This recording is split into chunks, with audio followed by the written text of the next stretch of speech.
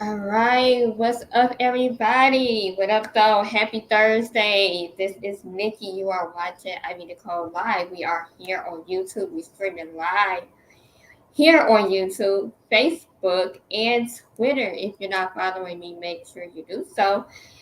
Hit that subscribe button on my YouTube channel. It's Ivy Nicole, Nichole. Don't forget that H.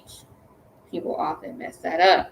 But I am back again. It is another Thursday, and I am chilling at the crib like I will be. If you don't know, I kind of discussed that last week. If we're not going to go through all that again, so you can check out last week's live and see why I'm here. But whatever, we are going to actually kick this thing off. It is Thursday. It is November. No, it's October. My bad. Yes. I'm moving too fast. I'm moving too October. fast. Moving too fast. It is October and it is Domestic Violence Awareness Month. And I feel as though it's only right to pay homage and pay respect to this month.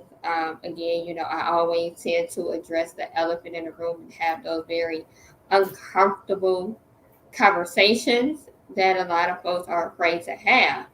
So I got my girl Kimberly Woodson. What's up, girl? Hi, hi, hi, hi, hi.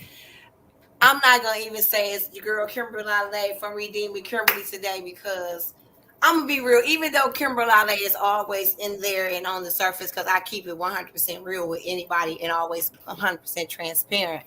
But as y'all can see, I put my real government name on the screen today because this subject is very personal to me. It's very personal, and I'm just gonna be real. Okay. October the 10th, it's going to be 1 year since my sister was taken from me. You can look it up. It was actually newsworthy event.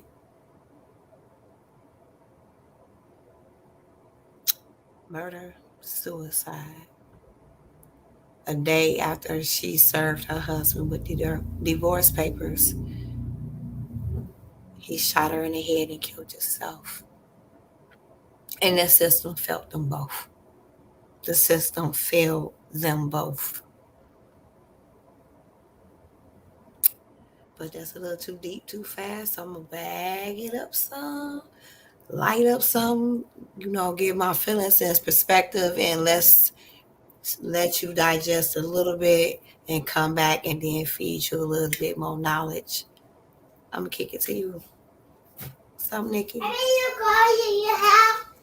No, can you not bring the puppy up here? Oh, I did it. So I don't think that it went too fast, too soon. Um, Again, this is a conversation that we need to discuss. And, for all my viewers, they always know I believe in not sugarcoating anything. And it's always important to just get straight to the point um, of the issue at hand. So we can talk about that. We can talk about um, what October the 10th means to you. Um, Okay, let's go. I done lit let's up. go. Let's go. Let's get Let's deep. go. Let's get as deep if you want to get, because you already know I've always told you whenever I'm on your show, it doesn't matter. The audience no longer exists. It's just about me and you having a conversation, and we always be real with each other and transparent. And so I promise you today, I was going to be just as real, even though I know we are alive, and there's no way for me to snatch back my words.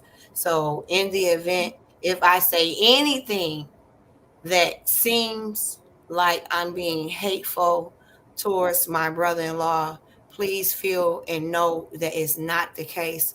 I love and miss him. I really wish the system had helped the situation before it got to that point. I have forgiven, and now I'm trying to heal.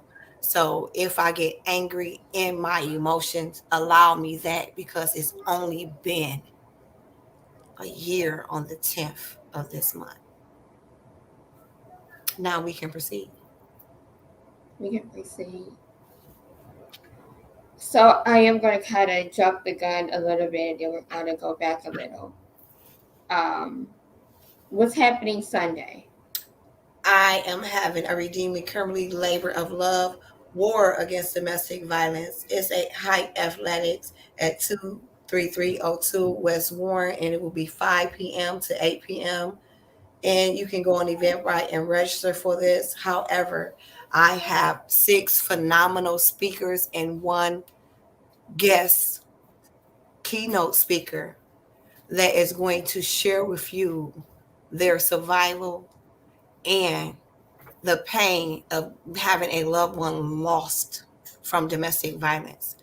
However, the nugget with Redeeming Kimberly is that I don't just talk about a problem, I try to find a solution. And my solution to being able to start these people who went through these traumatic experiences healing is to have returning citizens like myself come in, take accountability for the actions and the harms that we've caused other people like them, and ask that person for forgiveness. The simple act of me looking you in the face and say, Nikki, I've done X, Y, and Z to people. You are harmed in this manner. Will you forgive me? Because I can't say I want my victim to forgive me because they can't. They're not here. And I say that to you, and you experience that kind of trauma and pain, it's going to open up something in your heart where you heal. It's a gift that I'm giving those who's been traumatized. I'm allowing returning citizens to bear open a pain and even if they want to get ignorant and cuss somebody out. However, the person that has experienced the trauma needs to start the healing process.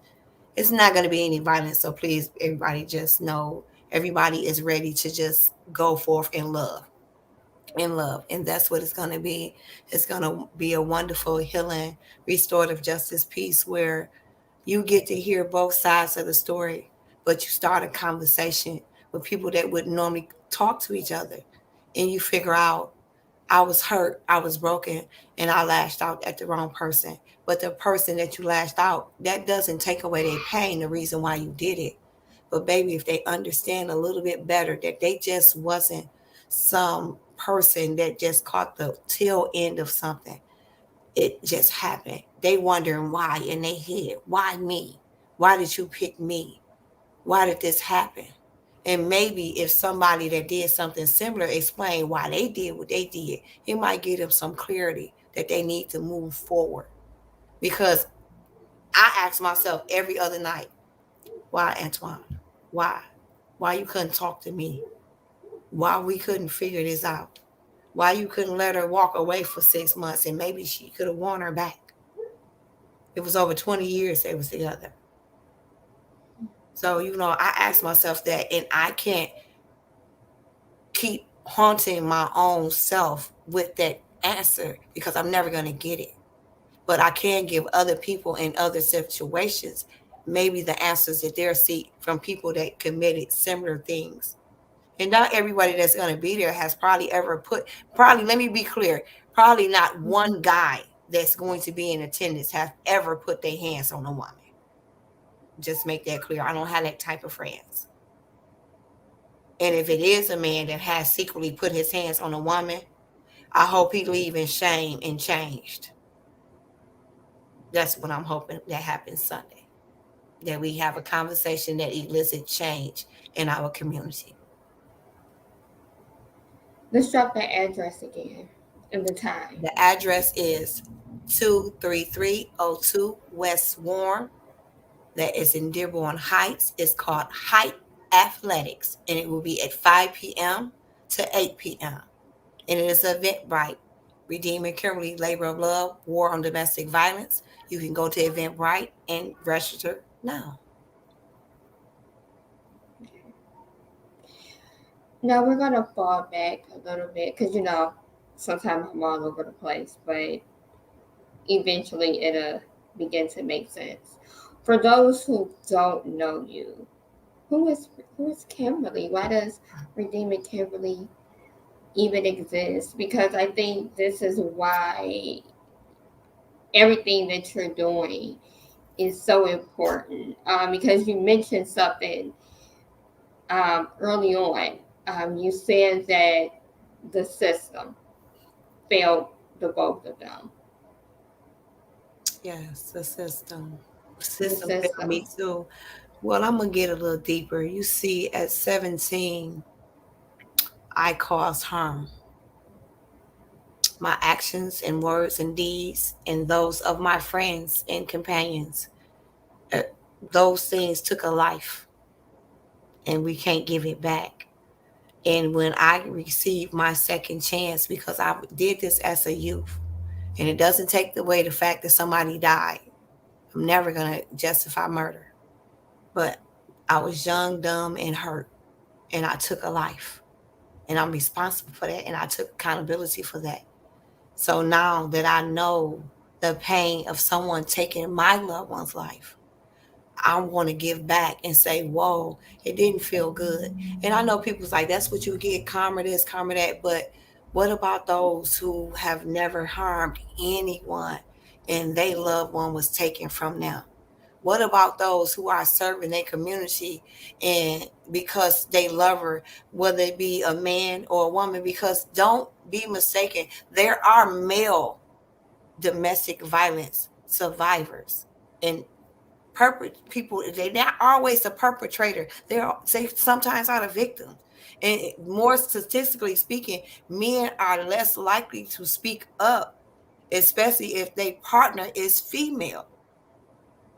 So men will suffer domestic violence in silence. So it's not just a sexual, cultural, religious, it is a human dignity. Let's look at this. Why have not we said, whoa, wait a minute, have all the cases of domestic violence killings that have took place since COVID-19 and everybody has been at their home? What about all the children that has been beaten or killed since COVID-19 because they're in the home, because some ignorant person decided that in their home, they decided they don't like being there no more, or COVID-19 has got the best of them, or they normal outlets that they release all of that built up tension inside of them was taken away from them because of the restrictions of COVID, and the punching bag became the ones that was in their home. But everybody is not talking about that. They want to sweep this up under the rug because they're too busy trying to figure out what Democratic or what Republican or what this and what that, when I feel like it should be a bipartisan situation. That's why I commend Rep. Amos McNeil, who just introduced two domestic violence bill the other day. I can't wait to get behind that and push it, not just as Redeemer Kimberly, but as a woman whose sister was taken from me. And also too, because I know that we need to help not only the victims that's coming out of that, but the person that's actually doing the beating. Because we have to think about it. Where did they learn that behavior? We as a society teach our kids when we get in whoopings. Oh, I'm gonna whoop your butt. Oh, if you don't do this, I'm tearing your butt up. So we teach them that in the bigger person or the one that gets their way is the one that can hit the hardest or be bad enough to do the hitting. And then they grow up and say, oh, what did it look? Well, no, why are we teaching our kids this? We need to reimagine how, as a society, we want to move forward and how to eliminate all kinds of harm.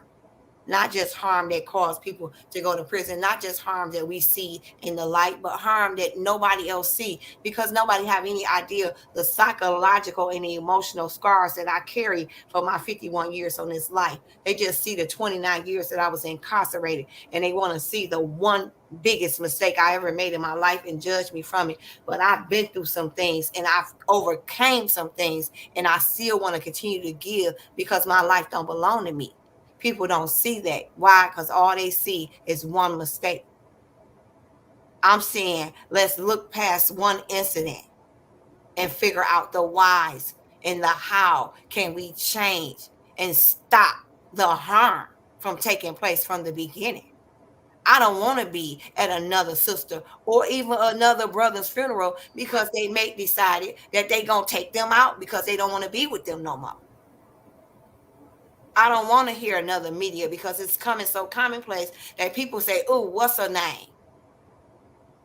It's so everyday common that you can't remember the people's names that somebody took from them just because they was too selfish to let go. What is wrong with society? Why does it not matter? Tell me. I need to know. Let's keep it real about that, viewers. Let's keep it real about that because Kimberly is going to keep it all the way real. If you are just tuning in, this is Ivy Nicole, and we are live on Facebook, YouTube, and Twitter. Make sure you hit that subscribe button. We are talking about domestic violence awareness, prevention. We are talking about the Labor of Love event that's going to take place on Sunday with War Regina against Kim. domestic violence. It's a Our war war against it. against. Let's be loud and bold about it. We going to war. We not gonna be silent no more. Come on. We not gonna be just be victims in the wayside. No, it's all kind of domestic violence going on. Domestic violence lead to sexual trafficking. It leads to us running away and getting into another hurtful, harmful situation. It leads to a lot of things. Maybe substance abuse. Maybe going out there committing crimes. Do you know how many women I was in prison with that had male co-defendants that said he was beating the living crap out of me, or he was threatening to do X, Y, and Z, and he told me I had to do this, and they was just so broken down that then nothing else mattered in life no more. So whatever the hell you want me to do, you the one that's taking my life. Oh, better yet, the women that had enough courage to decide to fight back and ended up taking a life. They got natural life sentences now, but somebody should have helped them now. I'm sick of that. I don't want another woman that defend herself to go to MDOC for life. When she was getting the shit kicked out of her, or when she was in the hospital and y'all was looking stupid, just a restraining order. Oh, he violated his restraining order. Really? It should be other consequences. It should not be that easy for somebody who beats the person they vowed to love for life to get away with it.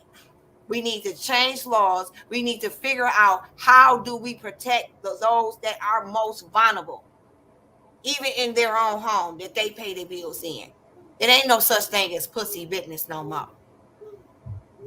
When that baby get killed down the street from you, you be feeling some kind of way because every time you saw that little baby, the baby spoke to you, or this baby said hi, or it made your day because, ooh, look at that beautiful little baby. And then when you see the baby's face on there, because the mama done got the shit beat out of it, and the kid is dead, and the mama is half dead, protecting the baby from the drunk ass daddy, and everybody looking stupid. But y'all knew that woman was getting her ass beat from the beginning. But you don't say nothing until a baby is dead.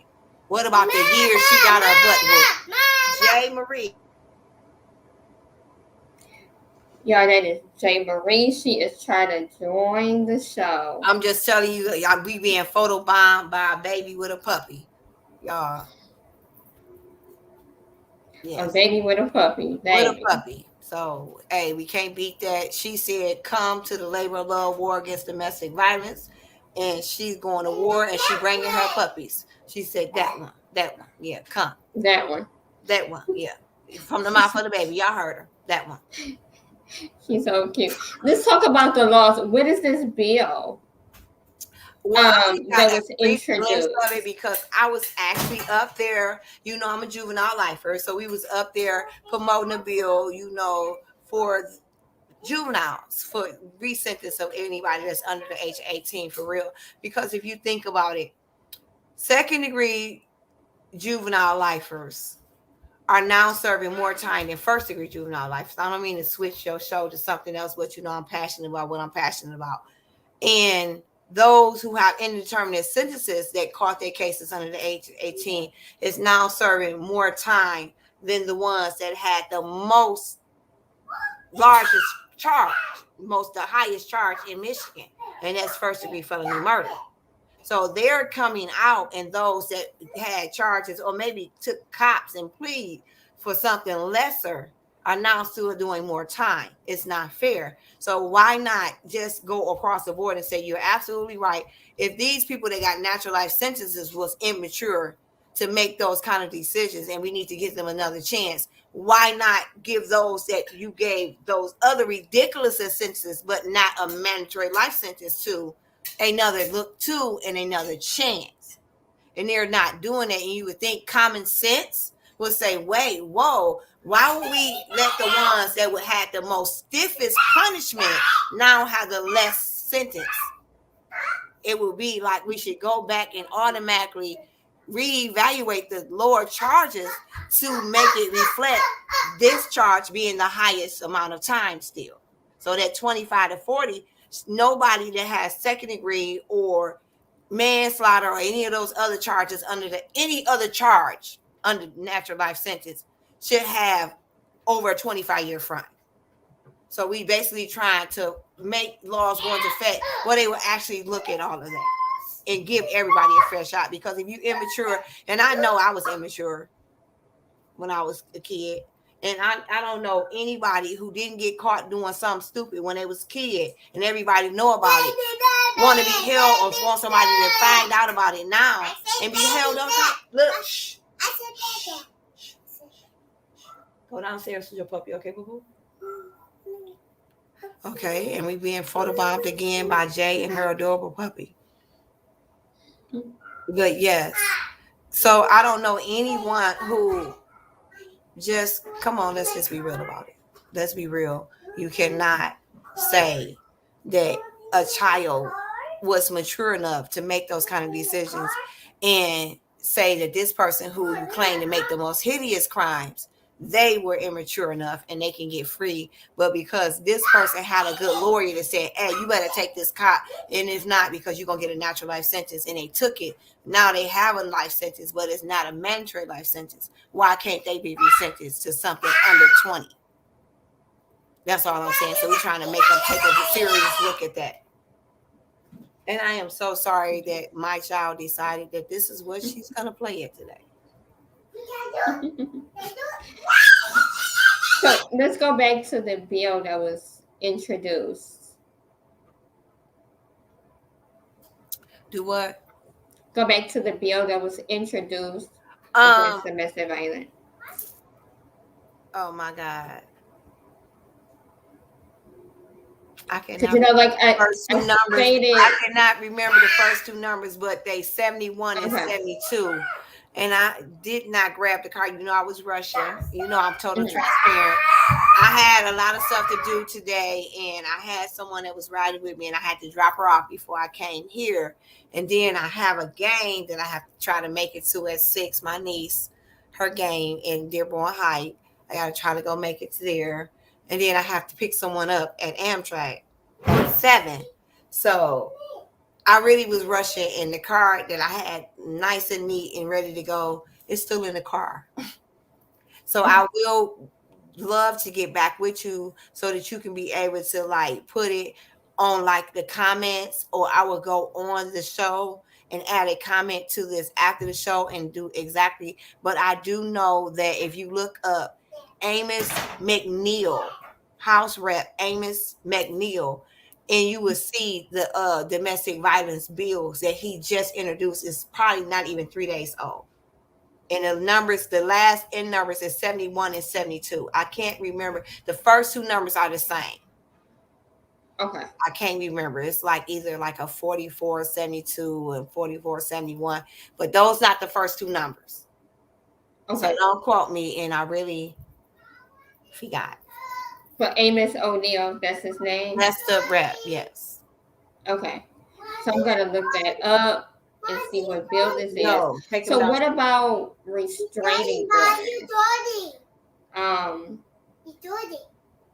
Because prior to, like, did your sister have any type of restraining order or any type of complaints or anything like that? I know that what he was with the conversation, we only had like a brief conversation because, like I said, I was really there, going from like office to office, having different meetings with my national group. I can, pushing like something for the juveniles, and it just so happened off the topic. I happened to have started a conversation with him about domestic violence, and it was the spirit led me to ask him that, and he just so happened to have introduced a bill Tuesday. Tuesday, he introduced 2 bills, and he was telling me about it, and he's going to email me the copies as soon as they become finalized. So I definitely will know. And it's probably going to be somebody there Sunday to actually talk about it, about the bill Sunday, because I did invite him to send somebody from his office to talk about and introduce the bill to at this function. Okay. Yeah, I just found him. How's the um yeah, I'll look it up. I'll read it Thank you. eventually. But yeah. But like, we were talking about, previously how the system failed your brother in law and your sister. Did she have any type of restraining order or anything for that matter? Because Got a nowadays, whole order at one point where they could not like be in the same home or anything for like over a year. She had like 90 days restraining orders or things of that nature. She have had domestic violence charges, and it all been was dropped. It's every charge that he had dealing with domestic violence in Hazel Park, and they talked about it on the news. They talked about it. I was not even aware of the long list that was listed when they was like, whoa, I didn't even know he had a charge just that year. And it was dropped down to some kind of misdemeanor. And every last one, through expensive lawyers or whatever the case may be, crooked, whatever, he was able to get it reduced to a misdemeanor. So it never resulted into him like actually being penalized. Like even maybe a month behind bars maybe would have straightened his act up or something. I don't know, but I do feel like the system worked for him at the time that he wasn't going to jail, because of course I wouldn't want a black man to go to jail, and he was like one of the main providers of the home, and he had a very decent job. So I wouldn't have wanted a black man to be locked up. But on the same token, did they really do him a service by giving him all those breaks and no help? And that's what I mean by I feel like the system, once the first time he did it, like, whoa, bro, what's up with you? This ain't this the wife that you said you want to be with, love, life, forever, da da da da. I can see kicking it, slap on the wrist. Second time around, whoa, you need to really talk to somebody, nigga. You got to get your shit together. It should have been like all these times shouldn't have been constantly like the first time. Slap on the wrist, slap on the wrist. No. At some point, where do you start holding it accountable as your job to uphold and protect? Where did it go wrong where you stop protecting her? You know what I'm saying? So it's like, how was it? Where was y'all at when she was getting shot in the head? Where was y'all at when he was shooting himself in the head? And we as a society failed them both because we didn't hear her crying, and that's myself as well. And we didn't see his pain and how messed up he was. And we should have been able to fix them both, is what I'm saying. And I'm not just saying that because he was my brother-in-law. Because trust me, for the last over 6 months of these last 365 days, I really hated him every day I woke up. And prayed my way throughout the day to love him again before the day is over with. So I'm not saying that because he was my brother-in-law. I'm saying that because as society as a whole, this could be anybody's brother or brother-in-law. And somewhere along the line, how many lives do we have to lose before we realize that they are hurting and need help? How many men have to go this route before we realize this ain't what's up? And why do they get so desperate that they feel like that's it? How is it in society we teaching our men or just our people to be able to go through trauma? How is it that they get to the point in their heart and in their mind, they resolve themselves that this is the only way to end the pain that they're feeling? It's to kill the person that they lost for their neglect or whatever they were doing that make them want to leave, and then take their own life because they don't want to live without them. That's fucked up. And so, no, I don't want another person to feel that way. And I need to figure out why people feel that way so we can help and heal them. Two, it's not just removing somebody from the abuser, but fixing the person that's doing the abuse. So it seems like, Kimberly, what I'm hearing is even though this traumatic and devastating event occurred, here we are a year later, and you found in your heart to forgive him. I forgave him before I buried my sister. How was that process? I had a choice. Either I can hate him, and I didn't hate him before he did it, and I can let that hate eat me up inside because I can't never express it. Or I can choose to do what God has done for me and what I ask everybody to do. And that's to forgive. If I make a mistake right now, like I asked 1,000 times, y'all please forgive Jay. You know, that's my baby, that's my ride or die. And she gonna be right there. And sometimes I be trying to do something that she have her way. You know, this is her mommy. I want all my attention thing, and that's what she getting down. And so now y'all have to share me with Jay. But I'm not gonna stop my message, and I'm not gonna stop being with my baby either. So I apologize for that. But some people might feel like I don't owe people an apology for that because I'm living in my truth. It's me. And either you accept me or don't accept me for who I am right now at this moment. And it's totally up to you and anyone else. The choices are. So that's how I can choose to forgive because I have to accept people in their moment. And my moment is I have to live and let go and not to be like in anger or hatred. I have to move forward.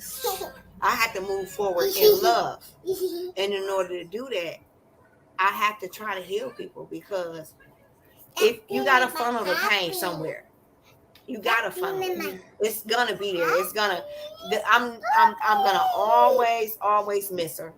I'm gonna always cry when the reality hit me, and it does a lot. However, I can choose what I do with the pain that those memories evoke in me until I can get to a place where all the memories that I have of her only evoke happiness. Because I don't want to remember when I think of her only this one incident. Just like I don't want everybody to remember me for my only one mistake. It's the same thing. It's the same, and it's really that simple, and it's not that simple. And redemption is available for everyone. And I wouldn't have named my or redeeming Kimberly if I did not believe that redemption is possible for everyone. What does this healing process look like? I really can't say what the healing process is like for everybody. For me, is I have to always be 100% honest about what I'm feeling. Even if I can't handle that feeling, I'll just be, oh, this too fucking much. I can't do it. And then I seek higher powers. I seek people, mentors. I get deep with people because I don't mind admitting that I don't know something. I'm lost. I'm broken. Or I need help. Only a fool would not admit when they in need of something. I ain't never gonna be too prideful that I can't seek what I need. Ever. And that's how I try to heal. And sometimes you be seeking things and you don't wear it. Like this summer, I realized that I constantly still live in certain trauma. And I thought it was over. I was over it. But an incident occurred and it took me all the way back to my childhood. It took me, it tunnel warped me. into an experience, and I still have been having nightmares about my own life, things that I realized that I hadn't dealt with about my childhood. But something occurred with my baby that made me trigger it. How much of it was in my head, how much it wasn't in my head, we don't know, because I realized in that moment that we all live in different traumas. So we don't know where he was at in that moment that he decided that he was going to pull the trigger, where he was at in his trauma and the things that had happened to him in his life. And if you truly love somebody and you truly, truly say you give a fuck about other people, you have to take a moment and think about, what did that little boy go through? What kind of trauma did that little boy experience that he lived with every day? I know mine, and it's still fucked up. I don't know his, and I never get the opportunity to know it, because we don't allow people the proper space to deal with their trauma. We don't even allow our children, especially little black girls in schools, to cut up because they got an attitude problem. How you know that little girl ain't being molested, and that's why the fuck she got an attitude? Because she cutting up in the only place she feel like somebody supposed to give a goddamn about her cutting up. Because when she yelling home, it just bring the abuser to her attention. But if I cut up in school, this teacher supposed to say, wait a minute, I'm putting you out, I'm sending you to the principal. Principal supposed to be somebody supposed to give a fuck about me and ask, why you cutting up? Why you acting up all of a sudden? But they don't ask them questions. They just want to say, what did you do? How did you do it? And don't do it no more. And how you going to be in trouble for it? They don't allow our children spaces and opportunity to address their traumas in so many levels. So yes, I can forgive him, because I was that motherfucking little kid that nobody gave me an opportunity to address my traumas. I'm still dealing with them. No, I ain't going out and shooting nobody, but that don't mean I'm not responsible for taking a life. Do you understand? That's why I can forgive. That's why I can put myself, even though he did the most horrendous thing that it can ever happen to me in my life that I feel. You shot my baby in the head. You took her from me. I only been home 4 years. You took her. And it hurts every fucking day. But I still cry for him too. Because had somebody heard his cry, my sister would still be a fucking alive. So that's why I can forgive him. Because somebody needed to hear him. Because hurt people in the most fucked up way. And if we don't heal the hurt, they're going to keep hurting people. Hell, I have thoughts of hurt sometimes. And I'm the most loving person I know. And I have thoughts of committing homicides and things like that too. But I back myself up because, whoa, wait a minute. You're better than that. The God you serve is better than that. And you will not let Satan be a victor in your life ever again. You are a servant of humanity now, not of harm. But not saying that evil thoughts don't pop in. It's how you act on those evil thoughts. And if you don't have a check and balance and some kind of moral compass in your life and those that can direct you in the right path, then you lead down that other road. And what happened is he didn't have all of that. It's obvious. It's self-explanatory on that. We see it. He didn't have it because of what happened. Nobody can say, oh, I was that. No, you wasn't that, because if he was, it wouldn't have happened. Because if he was truly that, he would still be here. You might have thought you was that. You might have played at being that. But you wasn't. Because he did what the fuck he did. And he gone too. I'm done with that. And no, I do not hate him. And that takes a lot of balls, a lot of courage, a lot of strength, and a lot of prayer um, to be able to forgive someone. I believe, is this your second labor of love Yes, event? it is. Actually, yes, it is. Last year, it was Yeah, last geared year. towards victims of gun violence.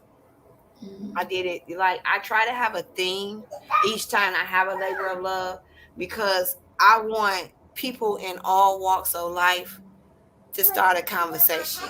Like it next time it might be victims of sexual crimes that come tell their story, and then it might go correspond and have a conversation, and people may realize, whoa, and in that conversation, like, whoa, I did this to my girlfriend, I date raped her, oh my god. Or my mentality, oh, they said, oh, you just keep on touching her, she'll give in. Oh, that's wrong. You be surprised how many men still think that until they hear somebody in front of them pouring their pain and say, how my friend betrayed me this way. And it was wrong. Come here. Yeah. Stop. Kim, drop that address. We got people in the chat, and I want people to come out to this event and It is support. 23302 West Warren, Dearborn Heights. That's Hype Athletic, y'all. Hype Athletics at 23302. It's October the 10th at 5 p.m. Y'all, if you care about domestic violence and you just want to vibe with people and have a good time, y'all come. Hey, bring a lot of Kleenex because it's gonna be happy tears and it's gonna be sad tears. But y'all promise you, you will not leave the same way you came into there. Your mind will be different, your heart will be different, and you definitely anything that you was carrying, any baggage that you had, you gonna leave it in the flow.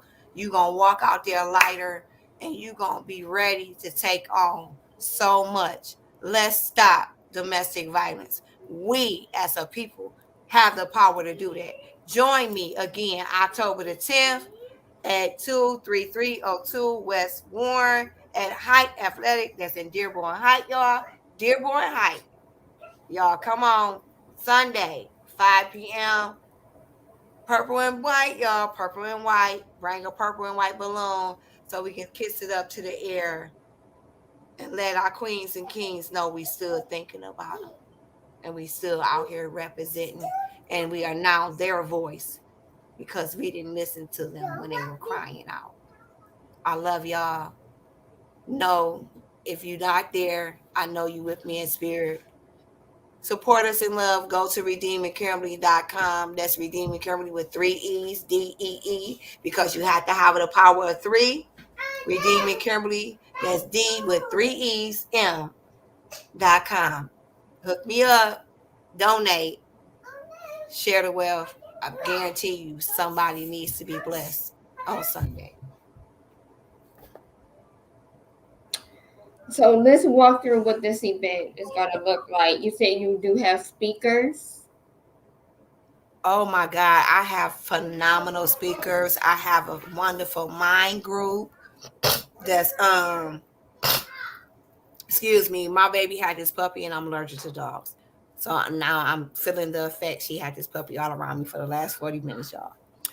So I'm going to have phenomenal speakers that's going to speak about their experience. I have a survivor of domestic violence. I have a couple of survivors of domestic violence. One that was incarcerated, defending herself, and one that became paralyzed.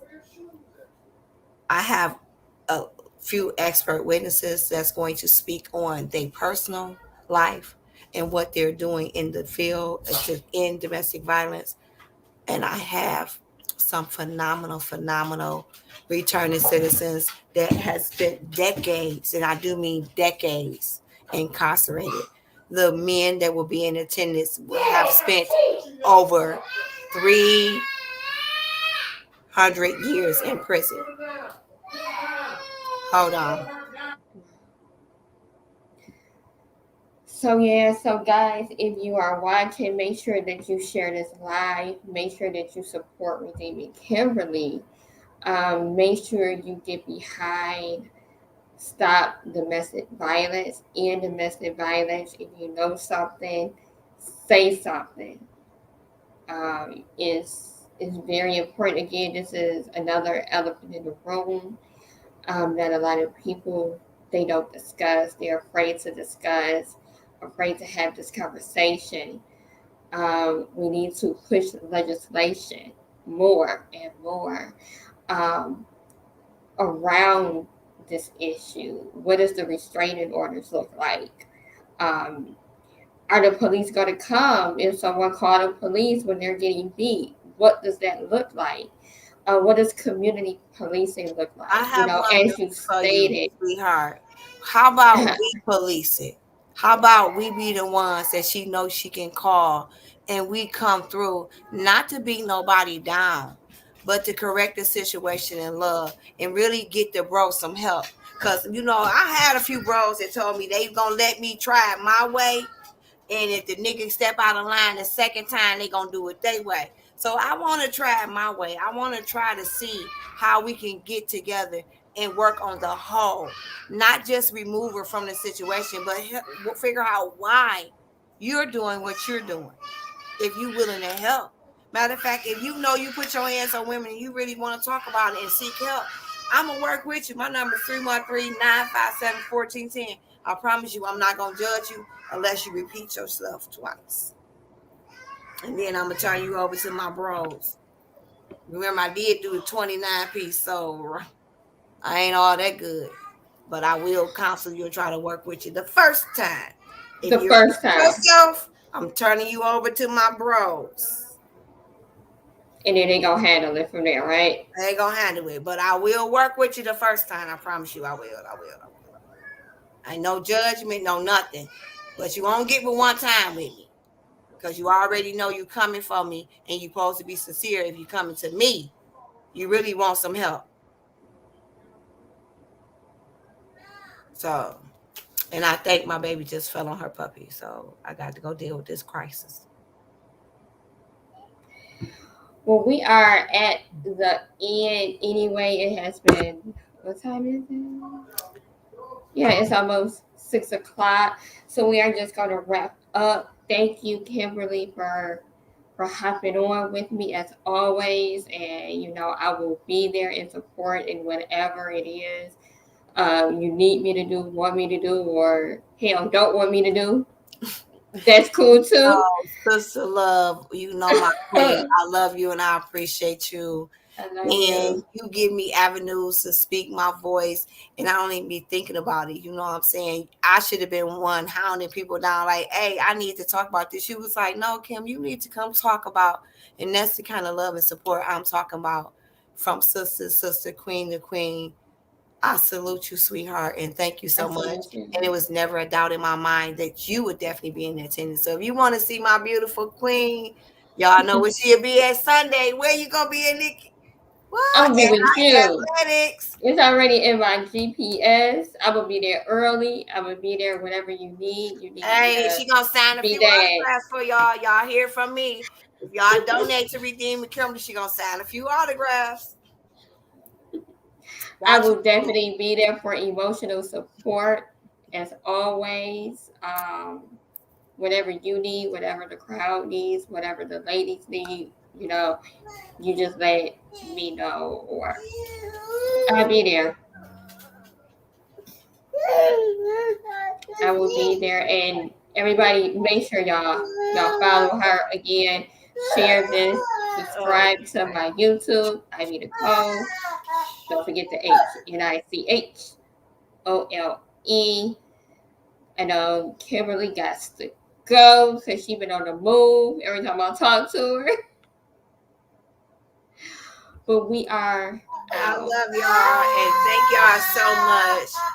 I gotta deal with my baby. Oh. And I'm Little always J a Marie. full-time mom. Y'all know how it is. Oh. Oh, My baby. so cute. Y'all, that is J. Marie. She's so precious. I love her. She's so cute. And her little puppy. All right, y'all. We are out again.